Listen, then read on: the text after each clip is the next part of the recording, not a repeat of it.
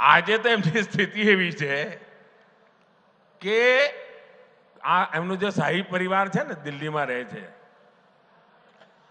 એમની દશા એવી છે કે પોતે આ વખતે કોંગ્રેસને વોટ નહીં આપીએ કે બોલો. આ મોદી સાહેબની કમાલ જ છે ને.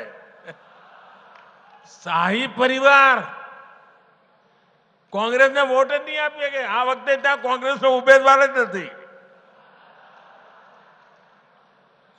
અહીંયા આપણા ત્યાં ગુજરાતના મોટા નેતા હતા અહેમદભાઈ. અહેમદભાઈ તો હવે રહ્યા નહીં.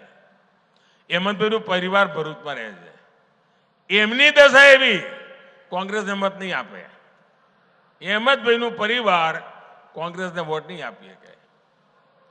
કોંગ્રેસના એક મોટા નેતા બનતા સુધી ભાવનગરમાં જ રહેતા હશે, મત એમનો ભાવનગરમાં જ હશે.